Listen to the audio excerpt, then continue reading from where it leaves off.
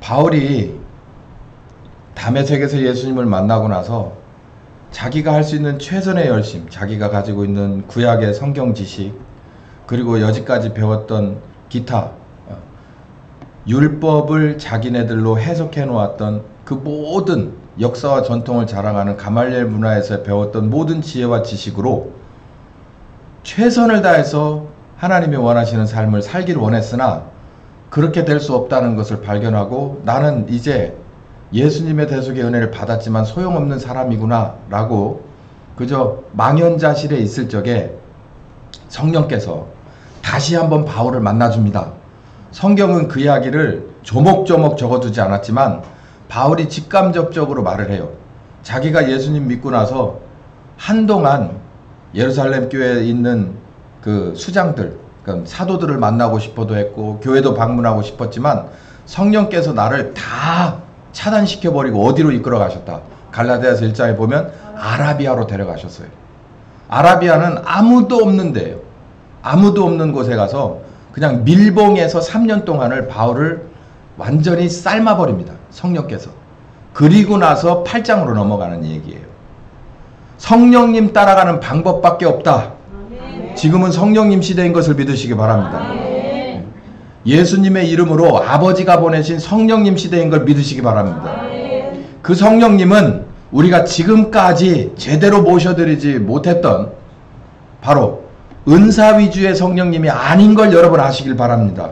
성령님은 은사뿐만 아니라 우리의 육신이 약해서 하나님의 뜻을 다 행동으로 옮겨내지 못하는 진정한 빛의 자녀답게 살지 못하는 육신이 거추장스러운 우리에게 육신을 오히려 하나님의 자녀되게 만들어서 많은 사람들뿐만 아니라 이 세상의 모든 것에도 만물의 영장답게 2% 부족한 세상에 2%를 채워서 온전하게 만드는데 쓸 수 있는 인원을 만드는 새 창조 역사를 하시는 분인 걸 믿으시기 바랍니다. 이게 바로 에베소서 1장이에요. 바울이 해법을 찾았어요.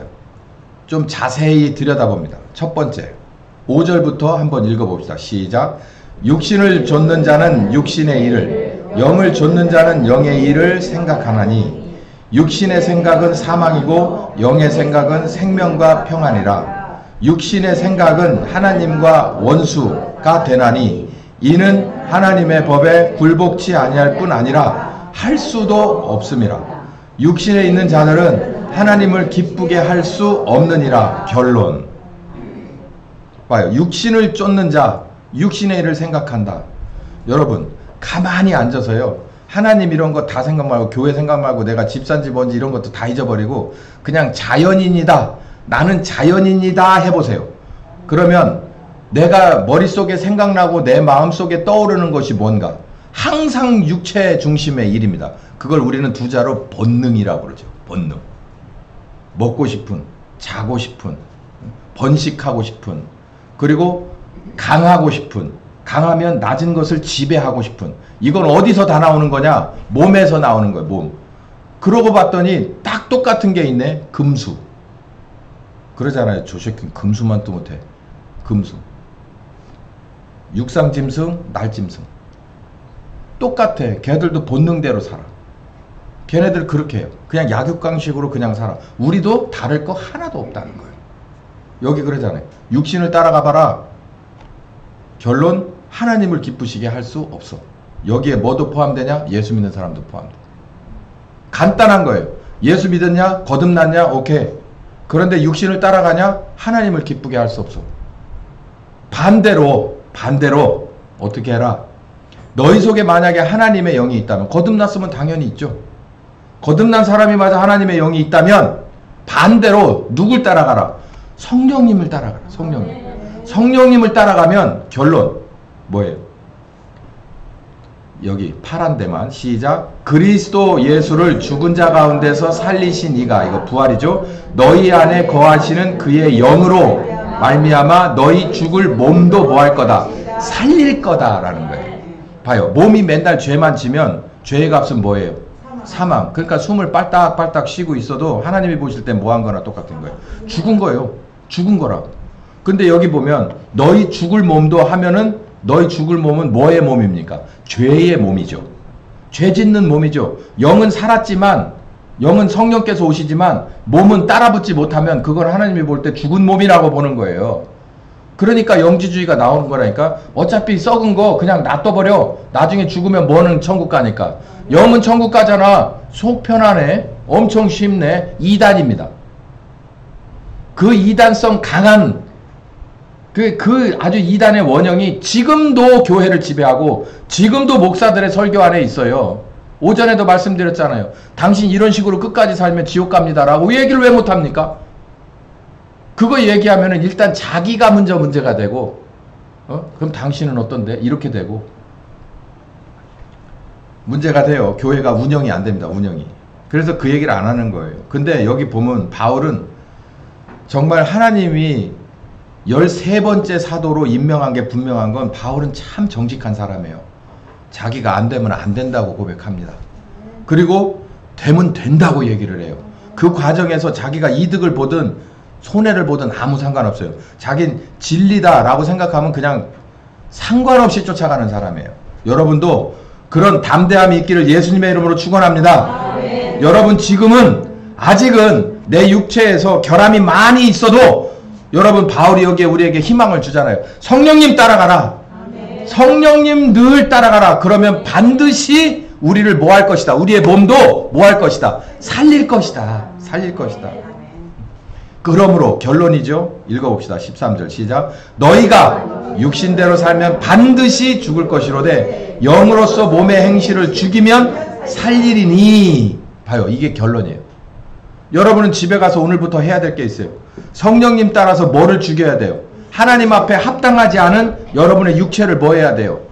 죽여야 돼. 그냥 마구 잘라내버려야 돼요. 아깝게 생각하지 말고 잘라내버려야 돼요. 예수님이 오죽했으면 뭐라 그랬어요? 네 오른손이 잘못하면 뭐라 그랬습니까? 오른손 확 찍어버려라. 네 오른눈이 범죄하거든 뭐해? 눈을 확 빼버려라. 그러니까 또 사람들이 그래요. 너무 과격한 거 아니요? 그 예수님이 뭐라 그랬어요? 한 눈 갖고 천국 가는 게 두 눈 다 갖고 지옥 가는 것보다 낫지 않아? 그렇게 말하는 사람한테 그렇게 답변하는 거예요. 근데 여러분 진짜 여기 이거 눈을 확 뽑아내 버린다고 하나님이 그럴 것 같으면 예수님을 십자가에 안 보냈죠. 성령님을 따라가면 여러분의 범죄한 한 눈이 이 범죄함에서 벗어날 줄 믿습니다. 바로 이 바울이 그 얘기를 하네요. 바울이 눈이 빠졌어요? 손이 잘렸습니까? 다리가 어디 잘렸나요? 어디 장기가 하나 뽑혔어요? 그런 거 없이 바울이 돼서 평생을 순교의 이슬로 사라질 때까지 온전하게 섬기지 않았어요. 성령님 따라갈게 그래요. 빈부귀천 지위고하를 막론하고 믿음 가지고 우리가 거듭나서 성령님이 우리에게 오셨다면 빈부귀천 지위고하를 막론하고 다 해야 될 일은 그 성령님을 따라가는 것이에요. 하나님은 얄짤 없어요. 그냥 성령님 따라서 제대로 새 창조가 됐어 안 됐어 쭉 스캔해보고 안 됐네. 반올림 조심해야지. 반올림 조심해야 돼. 반올림 숫자 조심해야 돼. 반올림 할 수도 없어. 그러면 그냥 카트 끝. 14절부터 읽어봅시다. 시작. 무릇 하나님의 영으로 인도하심을 받는 그들은 곧 하나님의 아들이라. 할렐루야. 예, 하나님의 영으로 받아서 아직 내가 부족한 점이 있어도 내가 아바 아버지라고 부르짖으면서 성령님 따라가려고 그 줄 안 놓으려고 애를 쓰면 그 사람은 누구의 아들? 하나님의 아들이에요. 하나님의 아들. 하나님의 아들 되려고 그 줄 잡고 그냥 안 놓고 그 무진 애를 쓰는 사람 하나님이 엄청 기뻐하는 하나님의 아들. 15절 시작. 너희는 다시 무서워하는 종의 영을 받지 아니하고 양자의 영을 받았으므로 아바 아버지라 부르짖느니라. 아바 아버지라. 여러분 아버지 그러잖아요. 아버지. 여러분 아버지라고 부르면 아버지가 뭐라고 하겠어요? 안 들려 그러겠어요? 만약에 아버지라고 저한테 안 해도 자 외국에 있는 우리 애들이 만약에 문자 하나만이라도 점이라도 하나 딱 찍어가지고 보냈어. 밤에 자는데 새벽에 일어나서 딱 휴대폰을 펴올 거 아니에요. 점 하나 딱 찍었어. 근데 그 뒤로 답이 없어. 그러면 마음이 어떻게 될까요? 철렁하죠. 헐렁하지 않겠어요?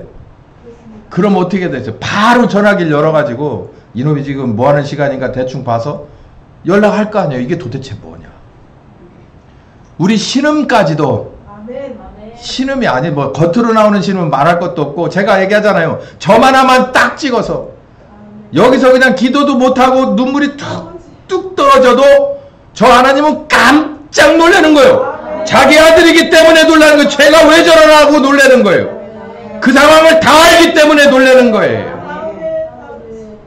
그런데 하물며 내가 당신의 아들 되려고 이것 좀 잡아보겠다고 내 육체 잘못된 이 중독에서 벗어나 보겠다고 내가 눈물이 핑 돌면 아버지 하나님의 눈물은 가슴이 찢어지는 걸 믿으시기 바랍니다.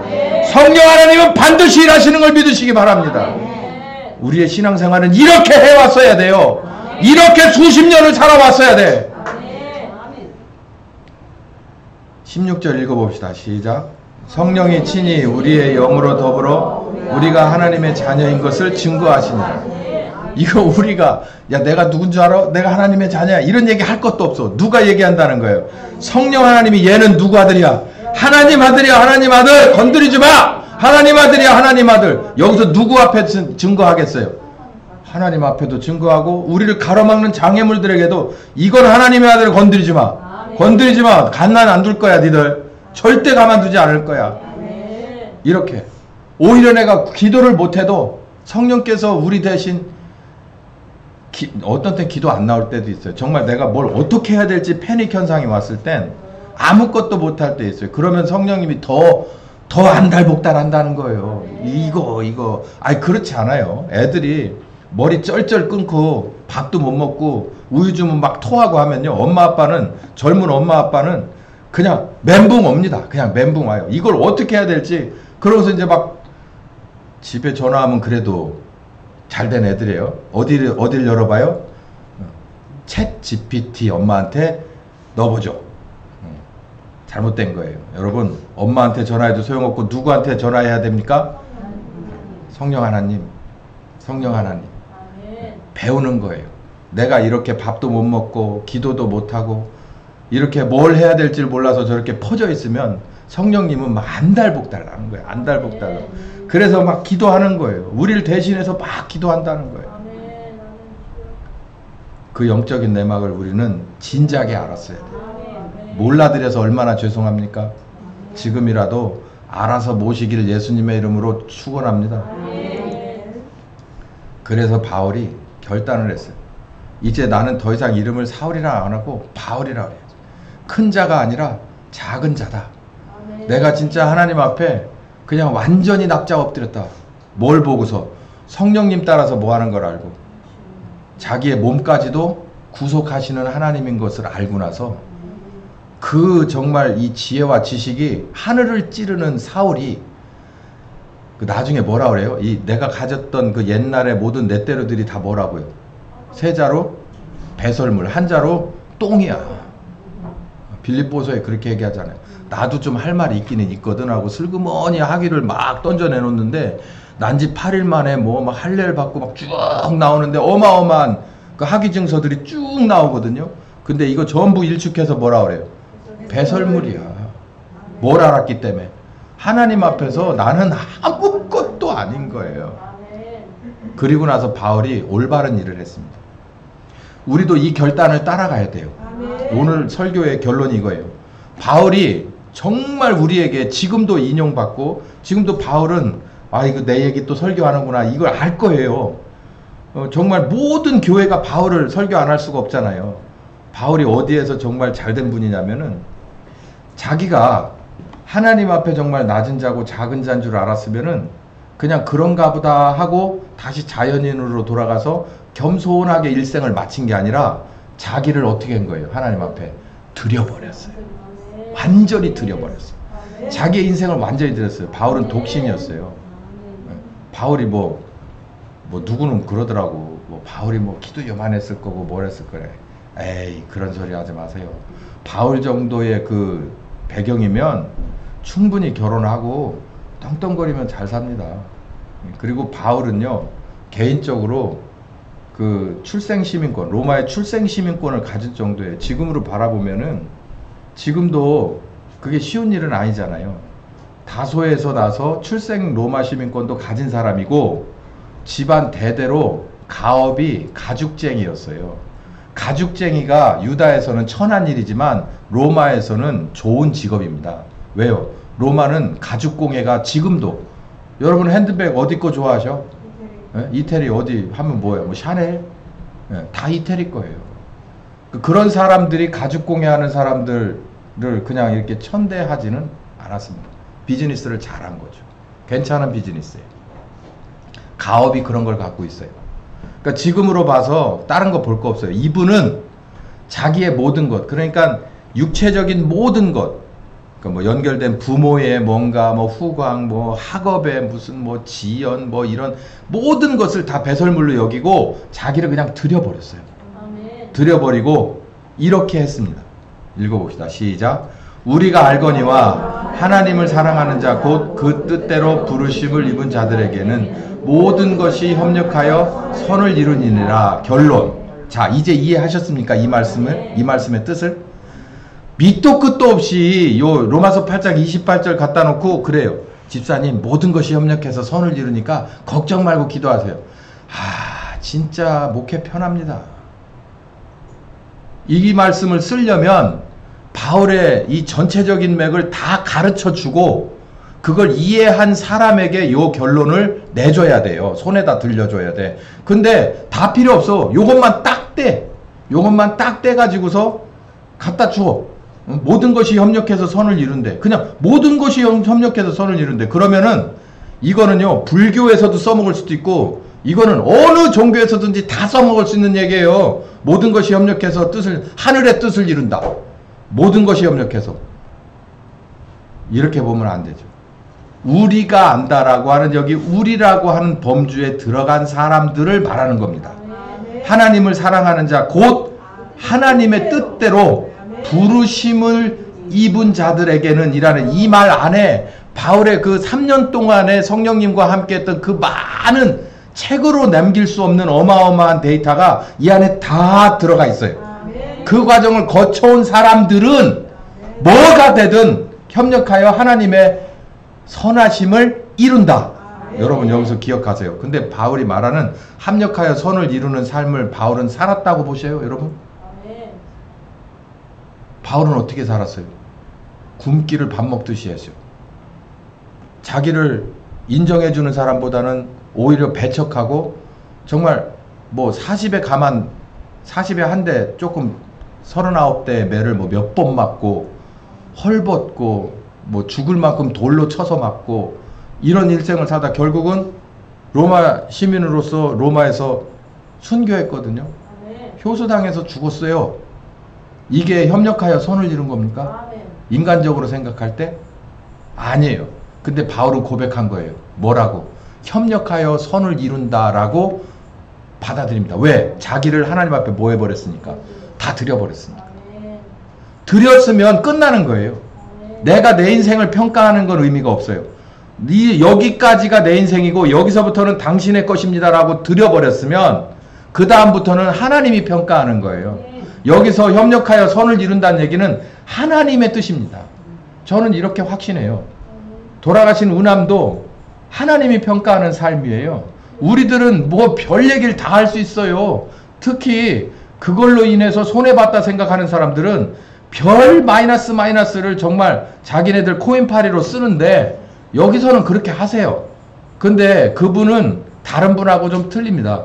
그분은 하나님을 믿은 사람이고 구원받은 분이라서 하나님 앞에 가면 그분의 일생이 평가받았을 거예요. 저는 그분의 일생을 다 평가해놓은 평가서가 있다고 저는 믿어요. 거기 가서 알게 될 거예요. 여기 지금 이 얘기는 그거예요. 모든 것이 협력하여 선을 이룬다는 건 다 들여버린 사람은 여기서 평가야 어떻든 하나님 앞에 가서는 반드시 뭐가 된다는 거예요? 선이 된다는 거예요. 하나님의 뜻을 이룬 거가 된다는 거예요.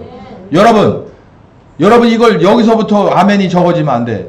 여기서부터 여러분이 드린 삶이라면 여기서 어떤 길을 걸어가도 하나님의 선인 걸 믿으시기 바랍니다. 아예 하물며 저쪽 사람들도 자기네들을 원하는 길을 가는 건 여기서 어떤 평가를 받아도 상관없다고 막무가내로 저렇게 대통령부터 시작해서 다 하잖아요. 자기네들 하고 싶은 거. 우리는 하나님의 부르심을 받은 자들인데 왜 우리가 두려워하거나 뭐 인생 그렇게 평가하면 안 돼요. 하나님이 보시는 평가가 따로 있는 걸 믿으시기 바랍니다. 여기서 내가 세 끼가 아니라 두 끼 반을 먹고 살아도, 아니 한 끼 반밖에 못 먹어도, 겨울에 반팔을 입고 살아도 하나님이 평가할 때 너는 내 아들이다 하면 끝나는 거예요. 여기서 어떻게 평가를 해도 하나님 앞에 갔을 때 너는 그냥 지옥이 답이야 라고 하면 끝나는 거예요. 여러분 어떻게 하실 겁니까? 협력하여 선을 이루시는 여러분들 되시길 예수님의 이름으로 축원합니다. 이게 여러분의 결론이 되시길 예수님의 이름으로 축원합니다. 담대함을 얻으시길 바랍니다. 그 담대함은 하나님 앞에 가서 보상을 받을 거예요.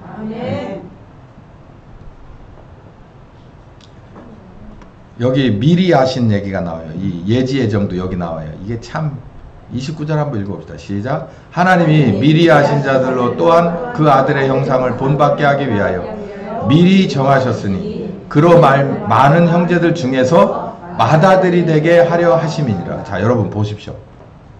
이 바울의 로마서 8장은 정말 주옥 같습니다. 이건 진짜 암송장이에요. 여기 보면 여러 가지 말씀이, 만물의 영장의 그 책임감에 대해서도 얘기가 나오고, 그 말씀 뒤에 이제 요런 얘기가 나오는데, 여기 미리 하신 자들, 미리 정하신 자들, 여기 보면 미리 정하신 그들을 부르시고 의롭다 하시고 영화롭게 하셨다. 그러니까 이걸 가지고 종교개혁에 맨 앞장섰다고 많은 사람들에게 일컬어지는 루터가 오직 믿음으로 구원받는다니까 자기의 개차반 같은 행동은 놔두고 나는 뭐가 있습니다 라고 주장했다는 거예요. 루터가 죽기 전에 종교개혁의 그 기치를 내걸고 60년이 채 안 돼서 루터가 살던 비텐베르크 지역이 사람들이 완전히 도덕적으로 쑥대밭이 났는데, 그 사람들이 다 하던, 너 당신 이런 식으로 살면 안 돼 라고 얘기하니까 이구동성으로 하던 말이 뭔 줄 아세요? 나는 천국 가. 왜? 루터가 우리에게 가르쳐줬어. 뭐 하면 천국 간다고? 오직 믿음으로 가니까 나한테는 믿음이 있어. 그러니까 나는 천국 가는겨. 그러면 그 관계 성경 말씀이 어디요? 그랬더니 여길 대놓는 거예요. 미리 하신 자들을 부르시고 의롭다 하시고 영화롭게 하셨다. 이게 얼마나 하나님 앞에 가면 정말 매 많이 맞아야 됩니다. 이 가르친 사람도 매 맞고, 이 바울의 로마서 8장, 아니 7장 마지막 절부터 8장 전체는 어디 가고 요것만 똑 떼가지고 그렇게 정말 사기를 칩니까? 여기서 말씀하신 건 이거예요. 우리를 미리 아셨다. 뭐 만들려고? 하나님의 아들의 형상을 본받게 해서 뭘 만들려고? 맏아들과 맏아들의 차이를 아십니까? 여기서 맏아들은요, 십자가에 죽으신 예수님의 급을 말하는 거예요. 맏아들은 십자가에 대신 죽으신 예수님의 십자가에서 만들어 놓으신 은혜를 빨아먹고 사는 게 맏아들이에요. 맏아들과 맏아들의 차이가 있어요. 여기서 의미하는 맏아들은 뭐 하는 자들이냐면, 내가 이 세상에서는 어떻게 살더라도 하나님의 아들을 믿는 믿음에서 하나님의 아들이 간 그 길, 예수님 십자가 질 때 누가 같이 따라간 사람이 있어요? 알아준 사람이 있어요? 믿어준 사람이 있어요? 아무도 없어요. 그래도 혼자 갔잖아요. 그래서 이루어지신 그 은혜로 지금 우리가 모두 구원의 기회를 얻었잖아요. 그 길 가게끔 하려고. 바울은 로마서 7장 끄트머리가 넘어가 8장으로 성령님 따라가서 해법이다라는 걸 안 뒤로 이렇게 고백한 거예요. 내가 여기서 어떻게 살든, 내가 여기서 어떻게 죽든 다 이거 모두 하나님 앞에 드려진 삶입니다 라고 고백하고 있잖아요. 미리 정하신 그들을, 자기라고 보면 돼요. 미리 정하신 나를 부르시고, 어떤 상태에서 바울을 불렀습니까? 예수님 뭐 하러 가는, 잡아 죽이려고 가는 그런 나를 부르시고 의롭다 하시고 또 영화롭게 하셨다는 거예요. 여러분, 이거를 바울과 같은 열심과 열정과 노력이 없이 그리고 결단과 헌신이 없이 이런 얘기 갖다 넣으면 안 됩니다. 큰일 나요. 그러면 안 돼요. 오늘은 요 바울의 8장을 집중적으로 하는 날은 아니고 그냥 바울이 사울에서 바울 되기로 결심하고 헌신하게 된 동기에 대해서 말씀드리는 거예요. 여기는 이제 읽어보겠습니다. 그냥 은혜가 됩니다. 누가 우리를 그리스도의 사랑에서 끊으리요? 환난이나 곤고나 핍박이나 기근이나 적신이나 위험이나 칼이랴. 기록된 바 우리가 종일 주를 위하여 죽임을 당케 되며 도살할 양과 같이 여김을 받았나이다 함과 같으니라. 이렇게 함에도 우리는 뭐하다는 거예요? 그리스도와의 사랑에서 끊을 수 있다 없다? 없다. 그러나 이 모든 일에 우리는 사랑하시는 이로 말미암아 우리가 넉넉히 뭐 할 수 있다? 이긴다. 끊을 수도 없고 우리는 지지 않을 것이다. 내가 확신하노니, 읽어봅시다. 시작. 내가 확신하노니 사망이나 생명이나 천사들이나 권세자들이나 현재 일어나 장래일이나 능력이나 높음이나 기쁨이나 다른 아무 피조물이라도 우리를 우리 주 그리스도 예수 안에 있는 하나님의 사랑에서 끊을 수 없느냐. 이게 바울의 고백이에요. 이러고 나서 이 말이 나오는 겁니다. 이렇게 고백하고 말로만 하고 행동을 안 한 게 아니라 22절부터 시작. 보라, 이제 나는 심령의 매임을 받아 예루살렘으로 가는데 거기서 무슨 일을 만날지 알지 못하노라. 오직 성령이 각 성에서 내게 증거하여 결박과 환난이 나를 기다린다 하시나 나의 달려갈 길과 주 예수께 받은 사명 곧 하나님의 은혜의 복음을 증거하는 일을 마치려 하면은 나의 생명을 조금도 귀한 것으로 여기지 아니하노라. 요 말씀의 배경을 아시죠? 바울은 에베소에서 제일 길게 사역했어요. 한 3년 6개월 정도를 했거든요. 그렇게 하면서 그 안에서 보다가 바울을 반대하는 세력이 나와서 바울이 결국은 그 에베소를 떠날 수밖에 없었고 여기저기 방황하다가 결국은 내가 이제 여기서 예루살렘을 통해서 로마로 가서 순교해야겠구나 라고 하는 이때구나 라고 하는 자각을 해요. 그 언저리를 다 읽어보면요. 그러니까 예루살렘에서 그냥 평생을 있었어도 바울은 사도로서 대접을 받고 살아요. 그런데 나는 분명히 예루살렘을 거쳐 로마에 가서 순교할 거다라는 미래를 본 사람이기 때문에 아, 지금이 여길 떠날 땐가 보다 라고 감각하고 떠나기로 작정을 합니다. 그래서 이리저리 가다가 결국 밀레도라고 하는 항구에서 에베소를 들렸다가 예루살렘으로 충분히 갈 수 있는 길체지만 에베소를 들렸다가 가느니 차라리 에베소 교회에 있는 자기가 3년 이상 목회한 곳이니까 장로들을 밀레도로 부릅니다. 불러가지고 해변가에서 만나서 한 얘기가 이 얘기예요. 거기서 이 얘기를 하면서 울고 불고 난리 나고 바울은 그래도 가겠다고 하고 교회를 잘 부탁한다고 하고 작별하고 바울은 순교의 길로 들어서요. 순교의 초입으로. 말로만 한 게 아니잖아요. 행동으로 옮겼잖아요. 여기 그러잖아요. 주 예수께 받은 사명이 있다. 사도들은 다 사명이 있어요. 12명 사도 중에서 특별히 바울도 나오고 또 요한도 나오죠. 그런데 사울에 관해서는 얘기 없어요. 왜냐하면 사울은 예수님을 핍박하던 자고 3년 동안 아라비아에서 들은 게 있는 거예요. 그래서 예수께 받은 사명이 있어. 하나님의 은혜의 복음을 증거하는 일이야. 내가 이걸 맞춰야 되는데 혹시 내가 생명이 나를 가로막는다면, 이 과업을 가로막는다면 나는 이것조차도 날려버릴 용의가 있어. 그리고 예루살렘으로 가. 이런 사람이 되게끔 만들어 놓은 그 동기부여가 뭐라고 말씀드리냐면,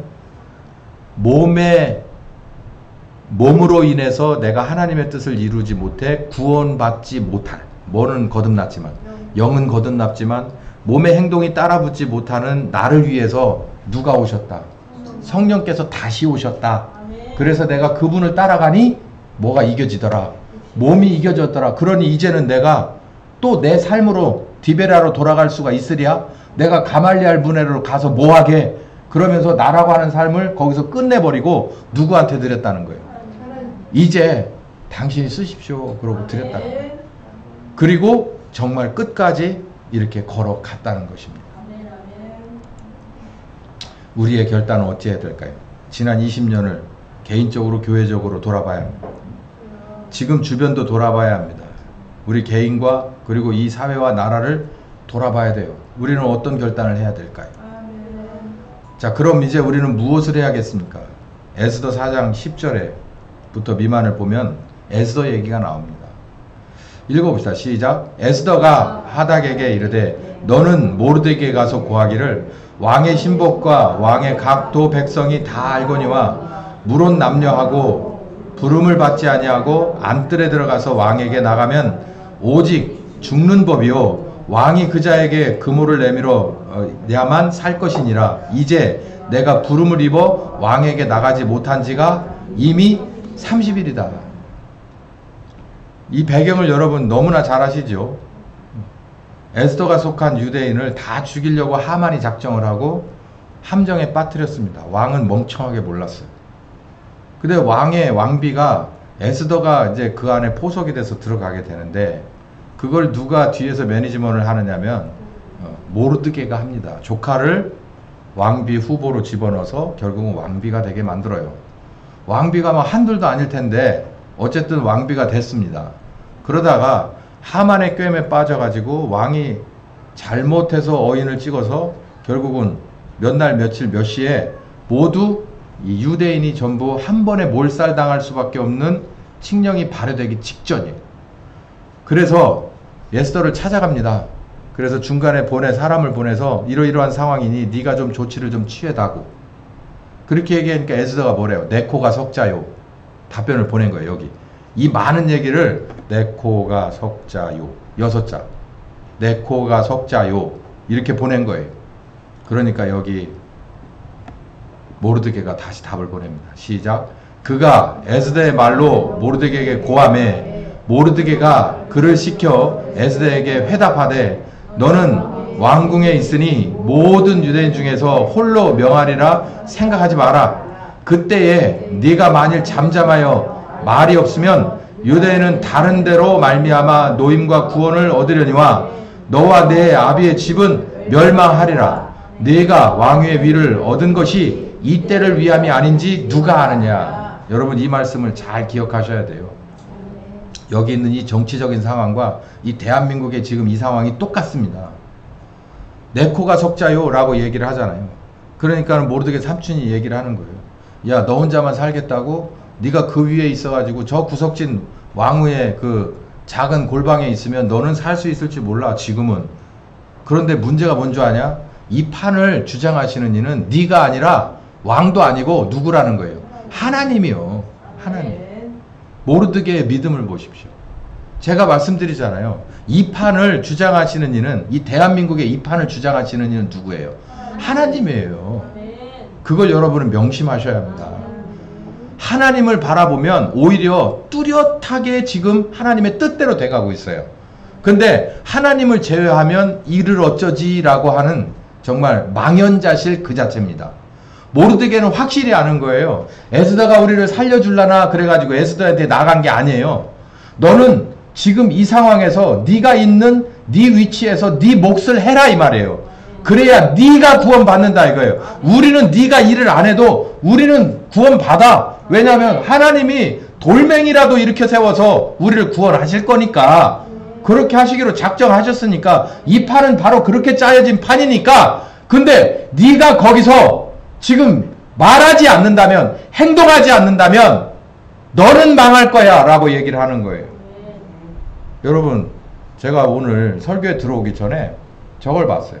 어떤 분이 유튜브를 올렸어요. 뭐 유튜브가 하도 전성시대니까요. 전효 전 의원이 유튜브에 짧게 올렸더라고요. 김영두 재판관 아시죠? 김영두 재판관 지금 어떻게 됐어요? 팽당했다고 하더라고요. 헌법재판소장 다음번 차례가 김영두 재판관이었대요. 문영배 나가고 순번상으로는 김영두라는 거예요. 근데 김영두 뭐가 됐어요? 김영두가 재판관, 헌법재판소장 됐어요? 아니에요. 다른 사람 찍어 넣었습니다. 그래서 문희원 전 의원이 뭐라고 하냐면 정말 얼마나 이게 통쾌한지 모르겠대. 상황이 정말 웃픈 상황인데 저 상황을 불과 며칠 지나서 올 저 상황을 저 사람은 모른다는 거예요. 이제 저 사람의 이제 그 직무적인 저기는 끝났다는 거예요. 저기까지 간 사람 다시 원위치로 못 내려온다는 거죠.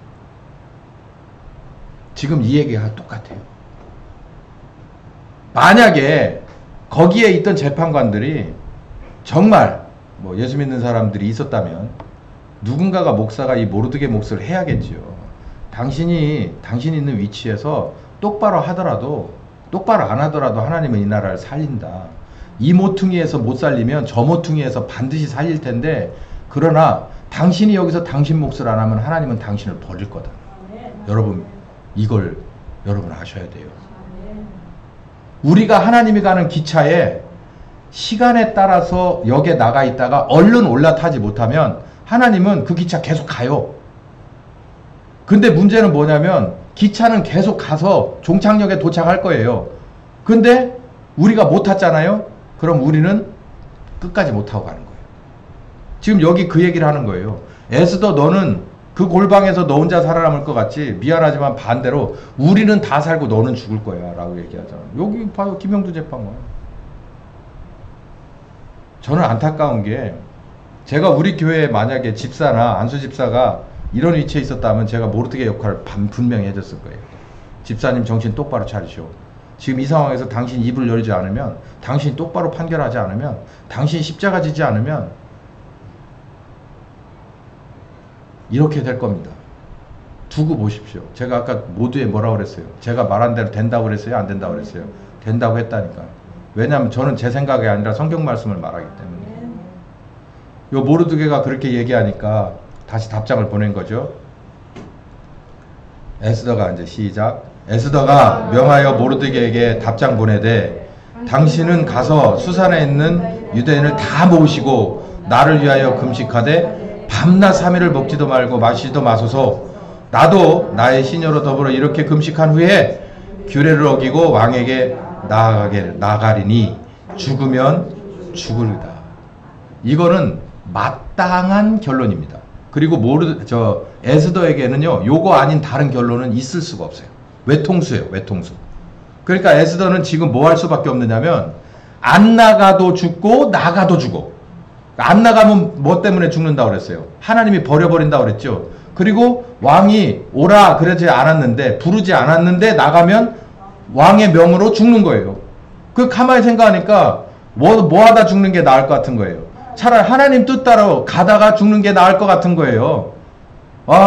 그래서 이렇게 당할 수밖에 없는 거예요. 에스더의 믿음이 대단한 게 아니라 에스더는 현명한 사람이에요. 현명한 사람. 우리도 마찬가지예요. 지금 우리가 지금 여기서 이 교회가, 이 목사가, 그리고 이 성도들이, 그리스도인들이 우리 할 몫을 다 하지 않으면 이 나라는 어떻게 될까요? 다른 교회를 들어서 할 거예요.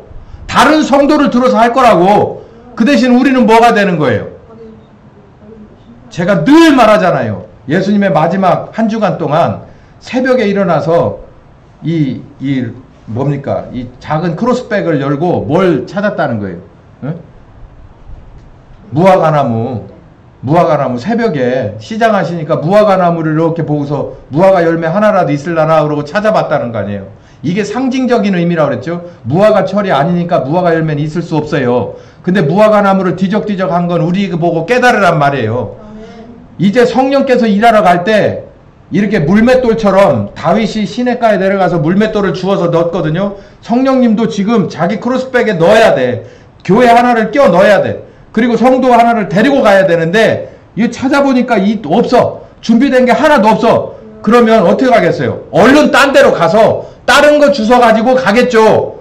그러니까 우리 교회도 마찬가지예요. 때가 됐을 때 성령께서 원하시는 만큼, 원하시는 인원이, 원하시는 수준이 되지 못하면 뭐 한다는 거예요? 버려버려요. 그러면 그 무화과나무가 어떻게 됐다고 그랬어요? 뿌리로부터 말랐어요. 그러면 다시 재생할 기회가 있다는 거니까 없나? 우리 교회는 100%예요. 우리 교회는 이것 때문에 만든 교회예요. 성령께서.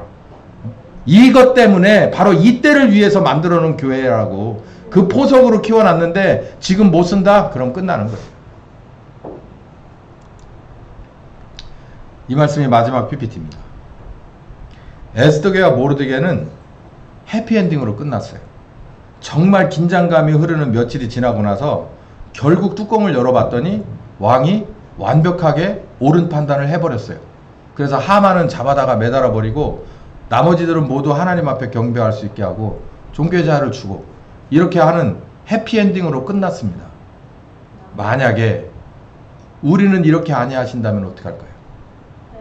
그러니까 제가 드리고 싶은 마지막 결론은 해피엔딩이 될 거라고 우리가 생각하는 해피엔딩이 될 거라고 따라가면 안 된다는 거예요. 어떤 상황이 오더라도 바울이 그러잖아요. 협력해서 하나님의 뜻을 이루는데 바울은 순교했다. 바울은 예수님처럼 가시밭길 가다 순교했어요. 여기서는 그랬을지 몰라. 그런데 하나님 나라 가서는 어떻게 되는 거예요? 영원히 빛나는 별이에요. 영원히 빛나는 별. 여기 도대체 몇 년 남았어요? 우리 회장님 몇 년 남으신 것 같아? 어? 사망 직전까지 갔다 오셨으니 오늘이 하나님의 은혜지 뭐. 어? 오늘 밤이라도 갑자기 또 막 숨쉬기 어렵고 그러면은 또 의사한테 그렇게 시달리다가 결국 사람이 그렇게 가요. 네. 아무것도 아니에요. 나도 우리 집사람 푹 하고 쓰러져 갖고 보니까 사람 아무것도 아니래. 저 사람 아픈 적이 한 번도 없는 사람인데 저거 진짜 적잖이 놀랐습니다. 아, 사람 아무것도 아니구나. 얼마 안 남았어요. 여기 앉아있는 우리 뭐 여기 애들도 없네 오늘은. 예? 애들이고 뭐고 뭐 가는 날이 정해져 있습니까? 주님 부르면 가는 거지. 여러분 우리 있을 때 여기서 어떤 평가를 받고 살든 상관하지 맙시다. 근데 누구의 평가를 봐야 돼요? 하나님 평가를 보려면 우리는 똑바른 길 걸어가야 돼요. 그래야 하나님이 나는 네 가는 순간순간에 너와 함께 했다라고 인정해 주시는 삶이 되는 거예요. 그런 교회와 그런 여러분들이 모두 되셔서 영적인 해피엔딩이 영원한 해피엔딩이 우리 주님의 그날에 펼쳐지시길 예수님의 이름으로 축원합니다. 귀하신 하나님 감사합니다. 정말 사울은 정직한 사도였습니다. 사도 뽑으실만 합니다. 이 귀한 말씀들이 오늘 주옥같이 울려 퍼졌습니다.